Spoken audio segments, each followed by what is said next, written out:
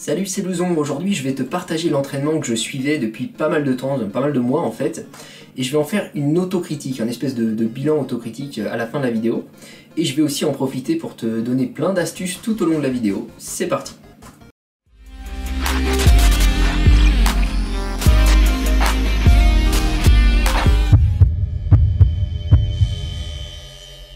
Alors mon entraînement depuis plus de 2 ans, c'est un split sur 6 jours. Alors bien sûr ce split il varie constamment, je change plein de choses très régulièrement, mais ça reste toujours un split et ça reste toujours sur 6 jours. Ce que je te présente donc dans cette vidéo, c'est mon split du moment. Je fais varier constamment des choses dans mes programmes, même d'une séance sur l'autre, parce que ça dépend de la disponibilité des machines dans ma salle, ça dépend aussi des envies du moment, etc. Mais disons que j'opère de réels et gros changements dans la structure de mon split seulement de temps en temps, genre tous les 3 mois à peu près. Un peu quand je me lasse ou que je découvre une nouvelle technique que j'ai envie de tester. Il se trouve que j'ai décidé ces derniers jours de changer radicalement de type de programme, c'est pour ça que j'ai décidé de te faire cette vidéo un petit peu bilan, et que je puisse te dire les avantages et les inconvénients de cet entraînement-là, les erreurs que j'ai faites et puis quelques astuces aussi. Donc en ce moment, mon entraînement, ça donnait ça. Le lundi, c'est les pecs, comme absolument tout le monde, et j'ajoutais des abdos aussi. Je commence par un échauffement, bon ça c'est évident, je vais pas le dire pour chaque jour, à chaque fois bien sûr je m'échauffe convenablement. Je démarre par du développé incliné aux haltères en série courte et lourde.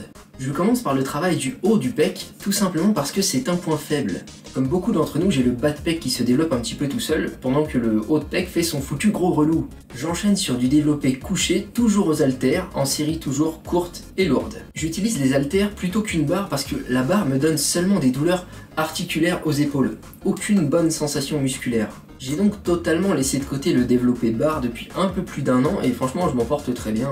Mes pecs se développent très bien et j'ai plus eu de problème aux épaules depuis que j'ai fait ce choix là. C'est vraiment important ça, je vois beaucoup de gens continuer à faire du développé barre parce que c'est un exercice de base et ils ont peur qu'en l'enlevant ils vont manquer de pecs. Et moi je fais que des haltères depuis déjà un bon moment et je continue à gagner pas mal de force, mes pecs se développent bien donc franchement, j'invite tous ceux qui ont des problèmes aux épaules à faire ce choix-là, comme moi, ça pose vraiment aucun problème. Je fais que 8 répétitions au développé aux haltères parce que c'est des exercices dans lesquels je veux monter en performance, donc je fais des séries plutôt courtes et lourdes. Mais pour la suite des exercices, je vais faire davantage de répétitions parce que l'objectif sera plutôt la prise de volume et non de force. Donc j'enchaîne ensuite sur les dips pour focus le bas de pec. Alors ma salle vient de déménager, ils ont changé de salle en fait, et donc il manque encore un peu de machine, donc j'ai pas pu te filmer les dips pour l'instant, mais tu connais, c'est 2 barres parallèles et tu fais des pompes comme ça dessus, tout simplement. Alors si tu as la possibilité de régler l'écartement des barres de dips, généralement c'est réglable dans les salles, je te suggère de les régler à l'écartement maximum.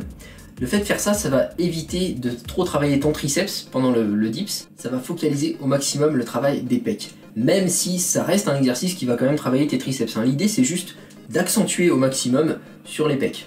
Donc déjà avec ces 3 exercices, autant le haut, le bas et le milieu de mes pecs sont déjà bien recrutés. Mais j'ajoute des écartés aux haltères en incliné pour bien sentir travailler l'intérieur de mes pecs. Et je le fais en incliné pour toujours focaliser le haut du pec qui est un point faible chez moi. Je termine ensuite le travail de mes pecs avec des écartés au poulie, cette fois en tirant plutôt vers le bas. Voilà, ça fait 5 exercices pour mes pecs, il m'arrive d'en faire plus, mais c'est ce que je fais la plupart du temps. J'enchaîne ensuite avec le travail de mes abdos, donc là c'est assez simple, je commence par travailler le haut de mes abdos sur une machine de crunch. Donc là je mets pas mal de poids et je fais des séries de 15. Ensuite je fais 5 séries de 12 en étant suspendu à une barre de traction et en faisant des relevés de jambes. Ça va travailler aussi bien le haut que le bas. Et je fais 5 séries de 12 en appui sur les barres de dips, je fais des relevés de jambes avec une haltère entre les cuisses. Là encore, faute de barre de dips, j'ai pas pu te le filmer, mais le concept il est simple, c'est de prendre une haltère entre tes cuisses et de faire des relevés de jambes pliés en arrondissant bien le bas de la colonne vertébrale pour vraiment focaliser le travail sur les abdos du bas. Puis je passe aux obliques avec des relevés de buste latéraux sur une chaise lombaire, je fais 4 séries de 12 de chaque côté. Et je termine avec une machine un peu space, la torsion machine. Et je fais là encore 4 séries de 12. En tout cas c'est ce que je faisais avant, mais là dans la nouvelle salle ils n'ont plus cette machine, donc je vais remplacer par autre chose. Tous mes exercices abdos sont en série courte, si possible avec du lest. Tout simplement parce que je veux qu'ils prennent en volume, pour qu'on puisse les voir le plus facilement possible, même quand j'ai un peu de gras. Ça c'est l'astuce ultime mon pote. Si t'as de gros abdos, t'as beaucoup moins besoin de manger comme un somalien pour qu'on puisse les voir. Voilà pour mon lundi. Le mardi, jour du dos et des mollets. Alors j'ignore pourquoi, mais j'ai une énorme résistance au dos, j'ai beaucoup de mal à le fatiguer, donc ça va être une séance où il y a beaucoup d'exercices. Je commence par des tractions prises larges pour développer un maximum la largeur de mon dos. Là encore, je pense que c'est un point faible chez moi. C'est pour ça que je le place en premier dans ma séance. J'ai récemment réduit le nombre de tractions que je faisais au maximum afin de les faire vraiment très clean. Depuis quelques mois, je m'intéresse vraiment à l'exécution parfaite des exercices et il y a pas mal de travail devant moi puisque j'ai pris beaucoup de défauts avec les années en fait. Puis je fais du tirage horizontal, prise serrée ou prise large, ça dépend des envies du moment, hein. Ça va créer de l'épaisseur dans mon dos. Ensuite des shrugs bars bien lourds, ça taffe les trapèzes, principalement les trapèzes supérieurs, hein, donc les boules qu'on a ici. Je le mets sur le jour du dos et non pas sur le jour des épaules comme beaucoup de gens. Ça c'est juste une question de préférence, hein. Ça marche pareil, c'est une question de goût, ça tu fais comme tu le sens. Puis je fais du tirage poulie haute en supination, ça permet tout simplement de varier les angles d'étirement par rapport aux tractions prises larges. N'oublie pas que c'est toujours intéressant de stimuler les muscles un peu dans tous les sens. Ensuite je fais du tirage horizontal en supination avec des poids assez modérés parce que quand je mets lourd j'ai un petit peu mal au poignet, hein, j'ai les poignets un peu fragiles. Et je fais un mouvement donc bien lent et contrôlé afin d'avoir vraiment des bonnes sensations. D'ailleurs c'est l'exercice qui me procure les meilleures sensations dans le dos. Et je termine mon dos par du pullover poulie haute pour faire de la finition. Alors je ne fais pas mes lombaires mais c'est simplement parce que je les travaille sur mon jour des jambes quand je fais du soulevé de terre. Mais il m'arrive quand même de mettre un peu de lombaire à la fin de ma séance dos quand j'en ressens le besoin. Ensuite je fais mes mollets, donc je fais 6 séries de 12 sur une machine assise et 6 séries de 12 sur soit une machine debout, soit à la Smith Machine avec un stepper. Alors là, pareil, j'ai pas pu te filmer les mollets assis parce qu'ils n'ont pas encore la machine, hein, ils l'auront plus tard. Mais voilà, tu vois très bien à quoi ça ressemble. Et je fais un mouvement vraiment bien contrôlé, bien lent, en marquant une pause dans la phase descendante. Tout simplement parce que si tu fais un rebond comme ça, en fait c'est de la triche. Tu vas utiliser un espèce d'effet ressort qu'a ton tendon, mais tu vas tricher avec le tendon en fait. Il faut que tu emploies au maximum le muscle. En tout cas, c'est le seul moyen que j'ai trouvé pour vraiment bien recruter mes mollets poiraves.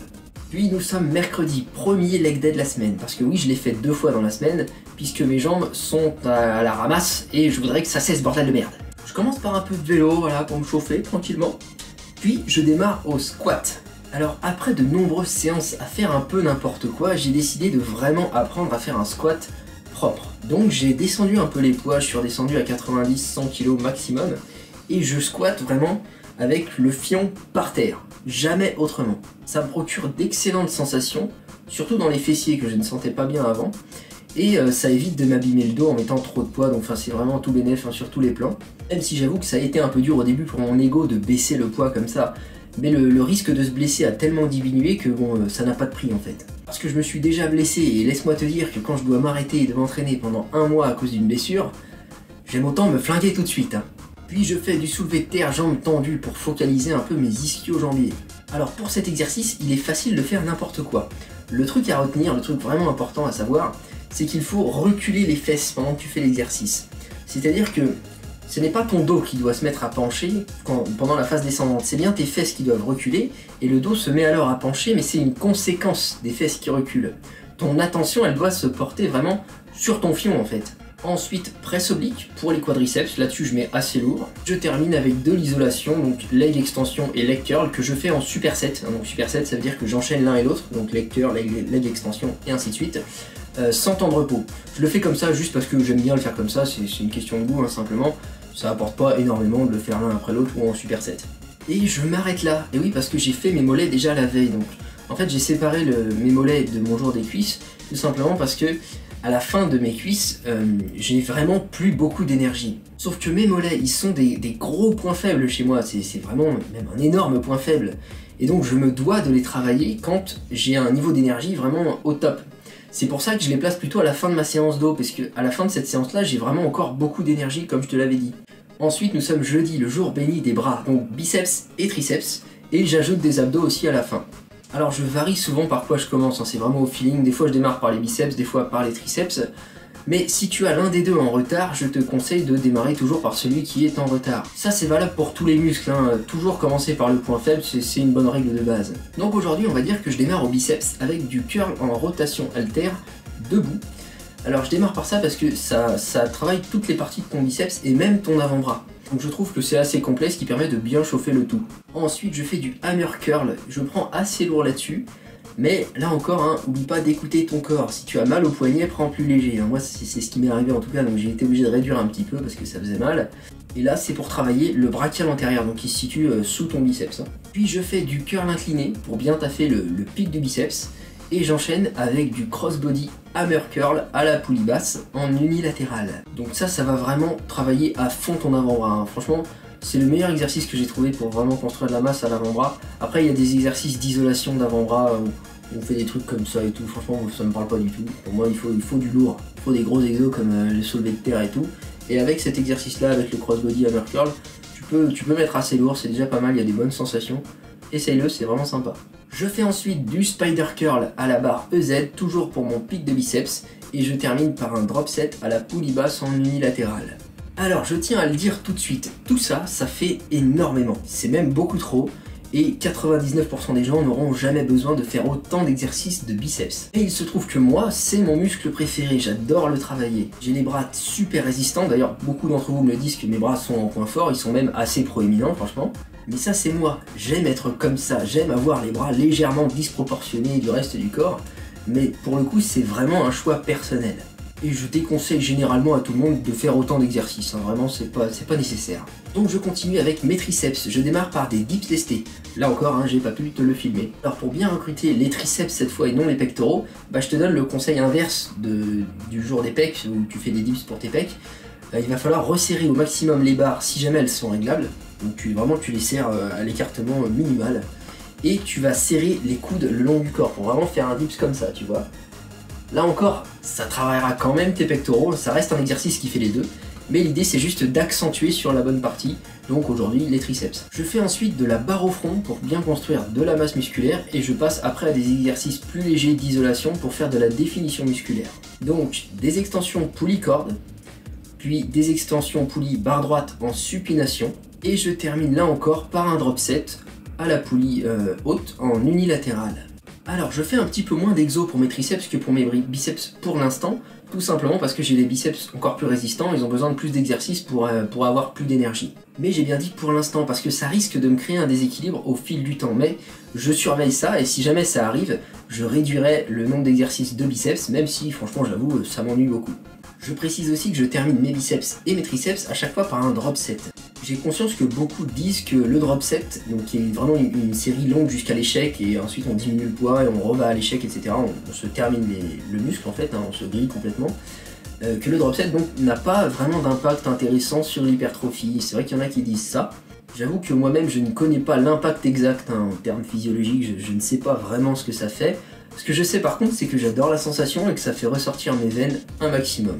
Voilà pourquoi je le fais, tout simplement, hein, quoi qu'en disent les gens en musculation en herbe. Ensuite, je fais mes abdos avec la même session que le lundi. Puis nous sommes vendredi, jour des épaules et à nouveau des mollets. Et oui, puisque c'est un point faible, je l'ai mis aussi 2 fois dans ma semaine. Là, parfois je commence par mes mollets, parfois je commence par mes épaules. Ça dépend du feeling, simplement. Pour mes épaules, je fais du développé militaire aux haltères avec le banc très légèrement incliné. Parce que quand il est vraiment vertical, je ressens une petite douleur articulaire au niveau des 2 épaules. Donc je le penche très légèrement, ça évite ce problème-là. Et même si j'incline mon banc de quelques degrés, je fais attention de ne pas tricher avec le haut du pec. Ouais, parce que plus tu inclines ton banc, plus le haut du pec va se mettre à être recruté à ce moment-là.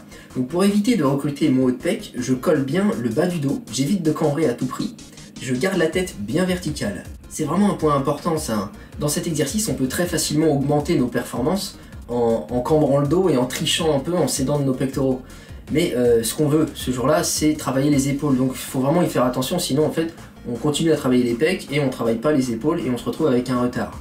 Alors ça va construire un maximum de masse musculaire parce que là encore, je vais prendre assez lourd. Ensuite, je passe à des élévations latérales. Alors là, point important, quand je fais mes élévations latérales, j'ai les bras légèrement vers l'avant, donc comme tu peux le voir sur la vidéo de profil. Je fais ça pour désengager le travail de mes trapèzes.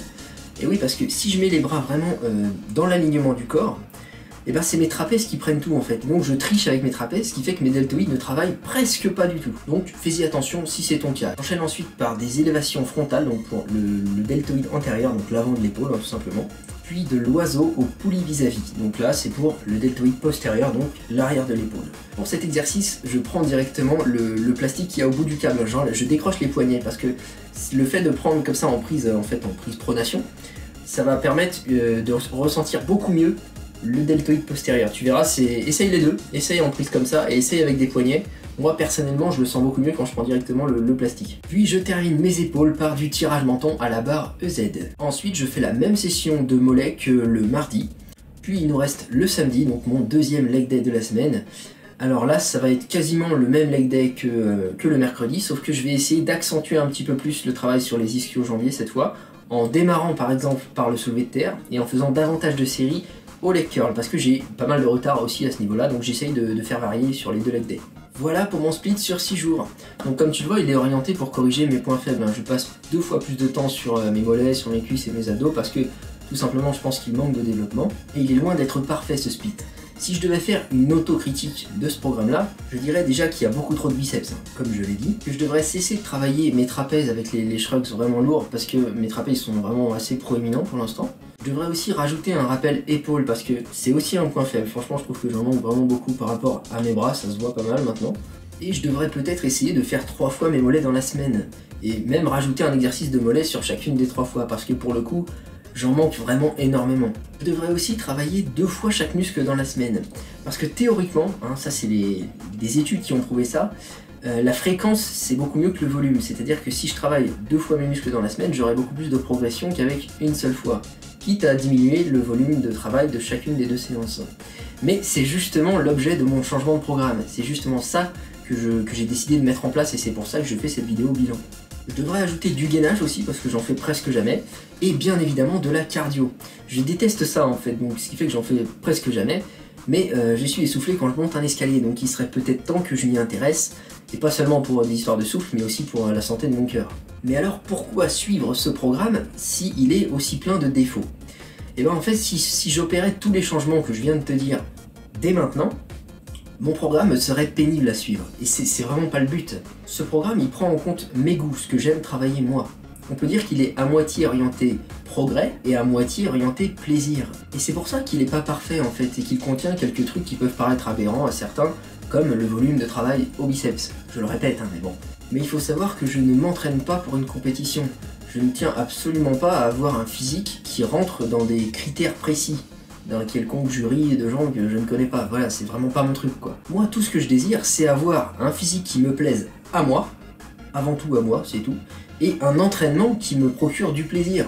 Voilà pourquoi il y a des choses dans ce programme qui paraîtront inadaptées à des personnes qui n'ont pas les mêmes objectifs que moi, c'est normal en fait. Et comme je l'ai déjà dit dans pas mal de vidéos, tant qu'on travaille dans la sécurité, chacun fait bien ce qui lui plaît. Alors une dernière chose, mes entraînements me prennent généralement entre 1h et 1h30, je dépasse jamais le 1h30, à moins bien sûr de discuter avec des amis, ça arrive des fois. Mais si je suis bien concentré, mes séances durent toutes en moyenne 1h15. Donc tu vois qu'avoir un corps bien en forme, ça demande pas nécessairement de passer toutes ces journées à l'entraînement, il faut juste un peu d'organisation, c'est tout. Voilà, j'espère que cette vidéo t'a plu, n'hésite pas à la commenter et à la partager. Si tu la partages, ça peut vraiment m'aider à me faire connaître, à faire grossir la chaîne et tout ça. Et je te remercie beaucoup si tu le fais. Moi je te dis à la prochaine dans une future vidéo. Salut! À quoi je pense? Rien, j'écoute le cri des anges. J'ai bien conscience que chaque nouveau jour est une naissance. Tu meurs sans rien, même si tu vis dans l'essence. Père ton âme, on regrettera tous ton absence. Un père, la quarantaine, vivant depuis longtemps en banlieue parisienne. Problème d'alcool.